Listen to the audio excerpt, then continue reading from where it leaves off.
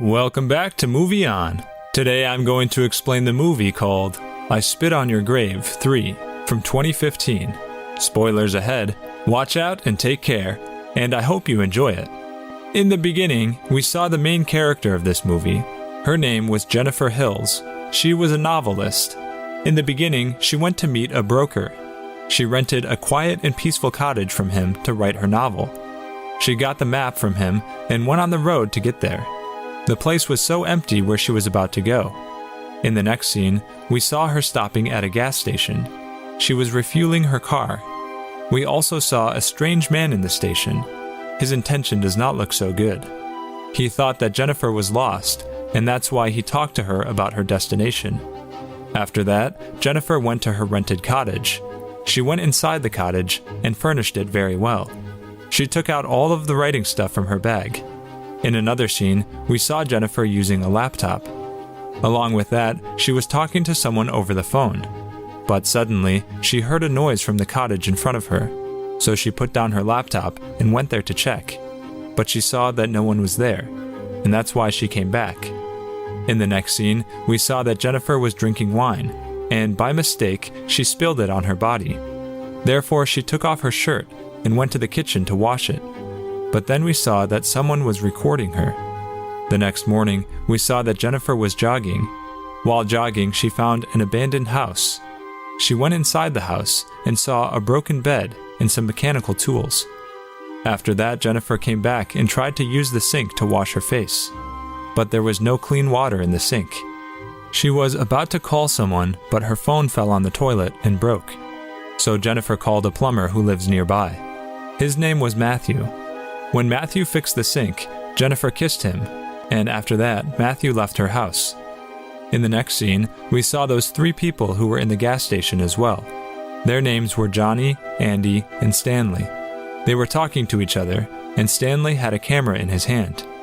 Yesterday, we saw that someone was recording Jennifer, and they were these 3 guys.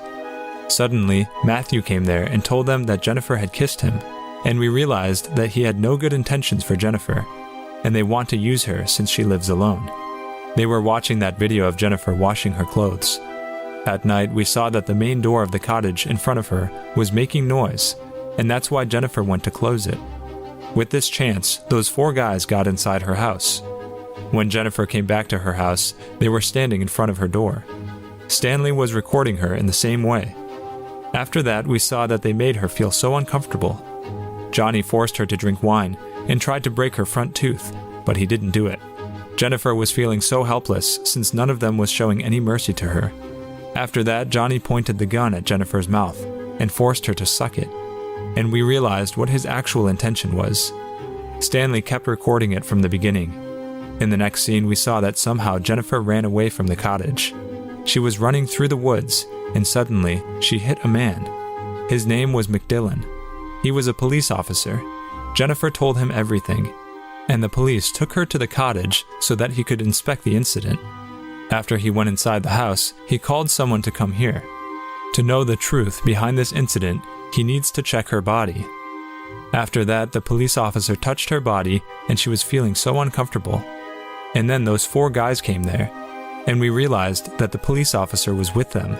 In the next scene, Matthew raped Jennifer, and then they let her go. We saw that Jennifer was walking through the woods without any clothes on her body. But then all of them came there once again. Johnny put her head under the water so many times and tortured her. After that, we saw that all of them raped her, except for Matthew, since he raped her last time. Jennifer jumped in the river in front of them, and they thought that she had died. So they burned down all the evidence. In the next scene, we saw that the police officer came back to his house, and in his house there was his wife and his daughter. His wife was pregnant. The police officer was a good guy in his family's eyes. Some days have passed after the incident, and those 4 guys doubted that Jennifer was still alive, because they could not find the dead body of Jennifer in the river. In the next scene, we saw Matthew. He was looking so depressed, and he always thinks that Jennifer was after him. And then we saw that someone just took him from there. In the next scene, we saw that Stanley ran to Johnny and told him that he hadn't deleted the video of raping her, and now they cannot find the camera. Johnny got so mad at him after hearing this. After that, we saw the scene of Johnny's house. Someone had put a dead bird and a sandal in front of his house. Johnny was so worried after seeing this. In the next scene, we saw that someone had sent the tape of the rape of Jennifer to the police officer's house, and the tape was in his wife's hand. Somehow he took it from her and went to those 4 guys, and he was so angry at them. He put that tape into Stanley's mouth. Until now, we thought that Jennifer was the one behind all of this, but they had doubts about Matthew as well, since he looked so depressed from the beginning. After that, they looked for Matthew, but they could not find him anywhere. Meanwhile, the police killed that broker as well, because he was the only one who knew that Jennifer went to that cottage. In the next scene, we saw Jennifer and Matthew. Jennifer was killing him by wrapping his neck with rope. Jennifer's body was full of hate for them.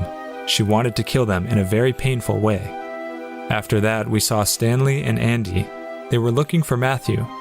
They heard a song and they followed it. While they were following the song, Stanley's leg fell into a trap, and he saw that Jennifer was standing in front of him.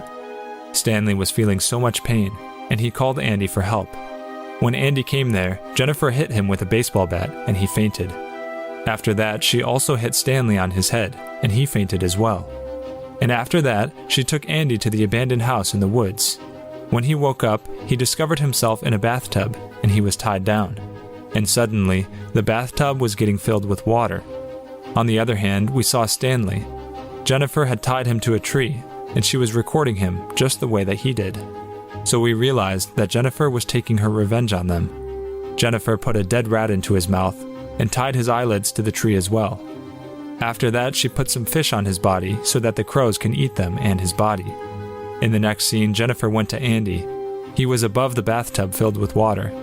He requested Jennifer to let him go, but Jennifer told him that I've also asked you to let me go, but you guys didn't show me any mercy, and therefore she will not show any mercy towards them. Then Jennifer put some acid powder into the bathtub and took away one piece of wood so that he would lose his balance. When he lost his balance, his face got into the water, and he felt like his face was burning from acid. On the other hand, the crows had destroyed the face of Stanley, and just like that, Stanley and Andy died from torture. After that, we saw that Jennifer went to the gas station, and she was well dressed. Johnny came to her, and she hit him in the head. Johnny fainted. After that, we saw him tied down, and he had no clothes on his body. Jennifer asked him to open his mouth, just like he told her earlier. She pulled out all of his teeth with pliers. After that, she cut off his dick and put it in his mouth. Johnny died with this pain. In the next scene, we saw Jennifer in the police officer's house. She came here as the teacher of his daughter, and she talked to him over the phone. The police officer came